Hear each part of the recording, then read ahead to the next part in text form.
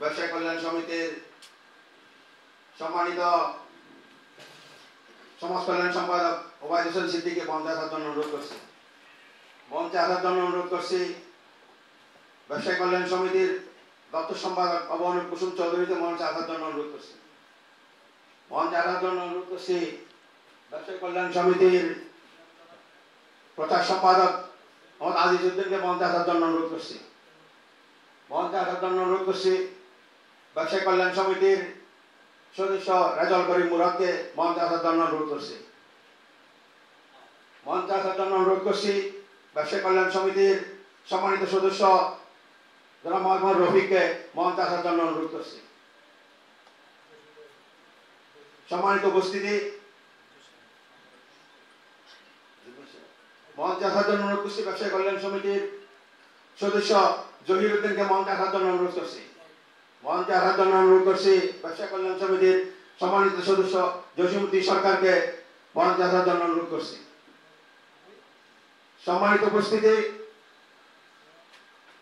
এ পর্যায়ে আজকের এই অনুষ্ঠানের উদ্বোধনী বক্তব্য পেশ করবেন শাহিদ আহমদ ব্যবসায়ী কল্যাণ সমিতির সম্মানিত সভাপতি আলহাজ ফজল আহমদ হারুন। আমি আজকের অনুষ্ঠানের উদ্বোধনী বক্তব্য পেশ করার জন্য শাহিদ আহমদ ব্যবসায়ী কল্যাণ সমিতির সভাপতিকে অনুরোধ করছি। সভার প্রধান অতিথি ইসলামিক ফাউন্ডেশন চট্টগ্রাম বিভাগ কার্যালয়ের সম্মানিত ডাইরেক্টর জনাব বোরহান ভাই আমাদের মাঝে উপস্থিত হয়েছেন। আমি আজকের এই শাহিদ আহমদ মার্কেট কল্যাণ সমিতির পক্ষ থেকে ওকে আন্তরিক ধন্যবাদ ও মোবারকবাদ জানাচ্ছি।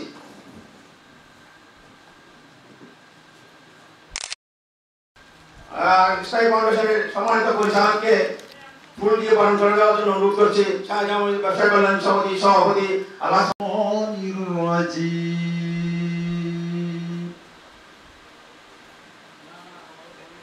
বিসমিল্লাহির রহমানির রহিম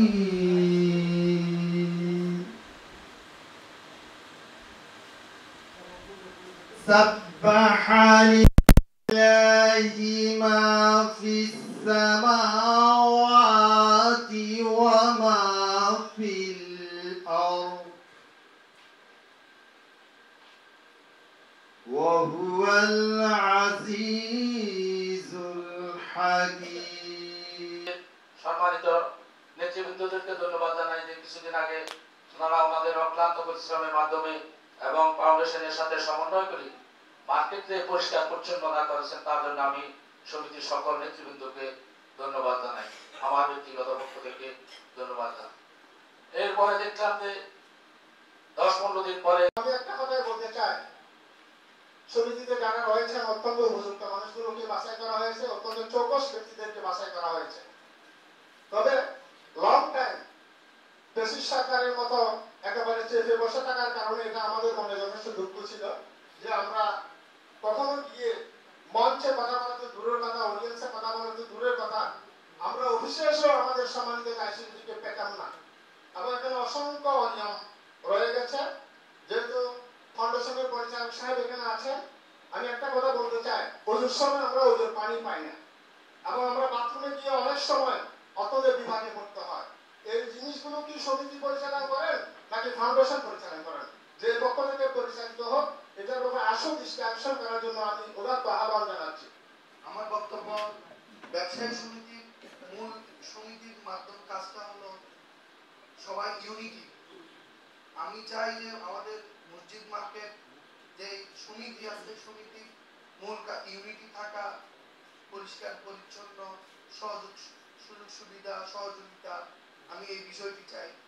একটা জিনিস না বললেই নয়, কিছু এখন আন্দোলন এরিয়ার মধ্যে এই বিভিন্ন ধরনের চোর ডাকাত, বিভিন্ন ধরনের আমাদের যারা রাস্তার সামনে সারিতে যে দোকানগুলো আছে ওখানে বিভিন্ন ধরনের হকার, বিভিন্ন ধরনের সমস্যার সৃষ্টি হয়েছে। যেমন ধরেন কিছুদিন আগে চুরি হলো। এই বিষয়ে কার কাছে অভিযোগ জানাবো বা কোথায় আমি সুরাহা পাবো, এই বিষয়টি কিন্তু আমি পাইনি। আমি আজকের মাধ্যমে আমি চাই যে আমাদের সবাইকে যে বিভিন্ন ধরনের সমস্যা যেটা হয় তা ইউনিটি থাকার জন্য অনেক কষ্টের মাধ্যমে, তখন আজিজ মুরাদ এরা সমিতির কর্মকর্তা ছিল না, এরাই এরাই সংগ্রহ করছে 23 জন নাকি কয়জন? আমরা সবাই বলে আমরা বনভোজন করব, বনভোজনের জন্য যদি টাকা চাঁদার করা হয় এত টাকা, তখন প্রশ্ন আসে না? তখন বলতে পারো না? লজ্জা লাগে না বলতে? 100 টাকা চাঁদার জন্য যদিও প্রতি দোকানে 18 বার যেতে হয়। সমিতির অফিস সহকারে গেল, ভাই আজকে চাঁদা দিয়ে দিলাম 100 টাকা, ক্যাশে 100 টাকা থাকে না? প্রিয় ভাইরা, অনেক কষ্ট, সেজন্য এই আজকে আমি পরিষ্কার করলাম। গলি পরিষ্কারের ব্যাপারে, ফুটপাতের ব্যাপারে, ফুটপাতে আপনার দোকানের সামনে ভাড়া দিচ্ছেন যে 6000 টাকা ভাড়া নেন, ওইটা বলতে পারেন না? ওইটা বলতে পারেন না? লজ্জা লাগে না? লজ্জা নাই? যারা দোকানের সামনে হকার বসিয়েছেন তাদেরকে তারা উচ্ছেদ করবেন। হকারদেরকে বসানো হয়েছে, দোকানদারেরা বসাইছে। দোকান ভাড়া নিয়েছেন 14,000, ফল ওই হকারদের থেকে আদায় করেন 18,000। লজ্জা লাগে না?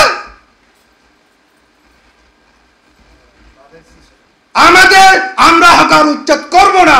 প্রতিটি দোকানদার যার সামনে হকারদের বসিয়েছেন তাদেরকে তারা উচ্ছেদ করবে।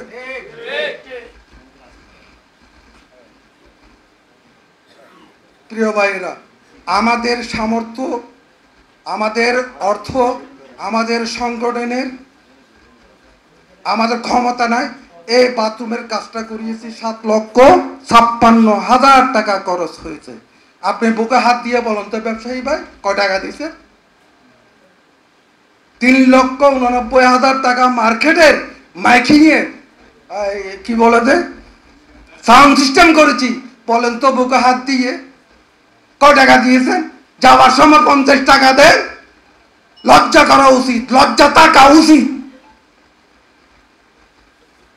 নির্বাচন কি জন্য দিতে পারে নাই সেটা অনেকেই জানেন।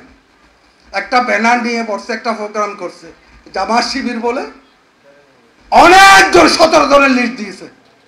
17 জনের এই পৈশাচিক সরকারের দালালেরা, এই রক্ত পিপাসু সরকারের দালালেরা লিস্ট দিয়েছে।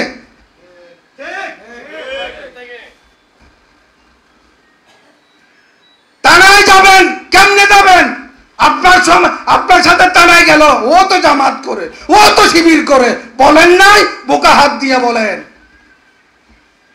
বুকে হাত দিয়ে বলেন, কে বলেন নাই? আমরা তো 96 সালে ওই পৈশাচিক সরকার, এই রক্ত পিপাসু সরকার ক্ষমতায় এসেছিল। আমরা তো তখন মার্কেটে 96 সালে একবার চাঁদাবাদি করার জন্য আসছিল ল কলেজ থেকে 14 জন একসাথে। প্রথমে আমার কাছে গেছে, দোকান বন্ধ করে দেব, দোকান বন্ধ করে দাও। কি খাবে? মিষ্টি, কোল্ড ড্রিঙ্কস, কি খাবে খাও, চাঁদা দেব না। চাঁদা দিতে হবে, না হয় দোকান বন্ধ করে দেব। বার্গেনিং করছে, তারপর শাটার ফেলে দিছে। আবার কি মনে করে কিছুক্ষণ পরে শাটার গুলি খুলে দিছে। তখন তার এই দিক দিয়ে আসতেছে, আমি শুধু স্কোপের সামনে আছি, দুইজনের সাথে কথা বলতেছি, এই পালাইছে কাপড় তুলে। তারপর দিন থেকে আর চাঁদা ইনশাআল্লাহ আল্লাহর রহমতে 96 সালের পর থেকে কোন চাঁদাবাজ আমাদের মার্কেটে আসে না। মসজিদের গেটে পাহারা দিয়েছিলাম, যত বড় গুন্ডা, যত বড় চাঁদাবাজ আসুক আমরা প্রতিহত করব। পারে নাই। আপনারা বুকে হাত দিয়ে বলেন 96 সালের পর থেকে কেউ আসছে চাঁদা করার জন্য? প্রতিটি দোকানে লাঠির ব্যবস্থা করে দিয়েছি, প্রতিটি দোকানে হুঁশেলের ব্যবস্থা করে দিয়েছি। এক দোকান এক ভাই যখন আক্রান্ত হবে আপনারা হুঁশেল বাজাবেন, প্রতিটি দোকান থেকে হুঁশেল নিয়ে বাঁশি নিয়ে বের হয়ে যাবে। করি নাই? কোন মার্কেট চাঁদা মুক্ত আছে? শাহী জামা মসজিদ মার্কেট ছাড়া। বেসিসের কথা বললেন, আমি গত 15 দিন আগে থেকে সিদ্ধান্ত নিয়েছি, ভাই দেখেন তো গলিটা হাঁটতে পারছি না, আমার দোকানটা দেখা যাচ্ছে না। তখন বাধ্য হয়ে আমি ওই যার বিরুদ্ধে অভিযোগ তার কাছে গিয়ে, ভাই একটু সরালে ওই দোকানটা দেখা যাবে। তখন আমি শত্রু। আরেকজনকে বললাম, ভাই আপনারটা একটু সরান, তখন আমি শত্রু। যখন সিদ্ধান্ত নিয়েই নি গলিটা পরিষ্কার করেন, কাস্টমারদের আমাদের ভোক্তাদেরকে যাতায়াতের সুব্যবস্থা করে দেন। আমি ধাক্কা খেয়েছি মহিলাদের সাথে, আমাদের প্যাসেজগুলো এত বড় প্যাসেজ, সব গোছাইয়ে 1 ফুটও রাখে না, 2 ফুটও রাখে না। তো এটা প্যাসেজ পরিষ্কার করার জন্য বললেও দোষ, না বললেও দোষ। কোথায় যাব? যত দোষ নন্দঘোষ, যত দোষ ব্যবসায়ী সমিতি নামলে বললে আমরা দোকানদারি কোথায় করব? নিউ মার্কেটের গলি দেখেন, এটা নিউ মার্কেট না, এটা শাহজাও মসজিদ মার্কেট, এটা সরকার কর্তৃক পরিচালিত। সরকার যখন আমাদেরকে নোটিশ দেন তখন আমাদেরকে বাধ্য হয়ে আমাদেরকে মার্কেটে নামতে হয়। অতএব আমরা ব্যবসায়ীরা যতক্ষণ পর্যন্ত সচেতন হব না ততক্ষণ পর্যন্ত আমাদের মার্কেট পরিষ্কার হবে না, আমাদের মার্কেট সুন্দরভাবে চলবে না। অতএব আমি আমার ব্যবসায়ী ভাইদের প্রতি অনুরোধ করব, আসুন সবাই মিলে যার যার অবস্থান থেকে আমাদের মার্কেটে সুব্যবস্থা করি, সুন্দর করি, সবাই সম্মিলিতভাবে যদি করতে পারি ইনশাআল্লাহ আগামীতে আমাদের মার্কেট সুন্দর হবে। আমরা সহযোগিতা করব এবং ব্যবসায়ী সমিতিকে আপনারা সহযোগিতা করবেন, সমন্বয় করে মানে ইসলামী ফাউন্ডেশন এবং ব্যবসায়ী সমিতি আমরা চলব। তখন আসসালামু আলাইকুম ওয়া রাহমাতুল্লাহি ওয়া বারাকাতুহু। শাহজাও মসজিদ মার্কেট ব্যবসায়ী কল্যাণ সমিতি আজকের এই সাধারণ সভার উপস্থিত সম্মানিত নেতৃবৃন্দ এবং আমার প্রাণপ্রিয় ব্যবসায়ীবৃন্দ, আপনাদেরকে আজকের এই সাধারণ সভায় আমি স্বাগত জানাচ্ছি। আমরা দীর্ঘদিন পরে সাধারণ সভায় মিলিত হয়েছি। আমি প্রত্যেক সদস্য ভাইকে অনুরোধ করব, আপনারা গঠনমূলক সাবলীল বক্তব্য দিয়ে প্রত্যেকে আমরা একে অপরকে আমরা বুঝবো এবং সিদ্ধান্ত নেব কীভাবে আমাদের প্রাণপ্রিয় মার্কেটটা সুন্দরভাবে পরিচালিত হয়। সবার অংশগ্রহণের মাধ্যমে আমরা মার্কেটটা পরিচালিত করতে পারি।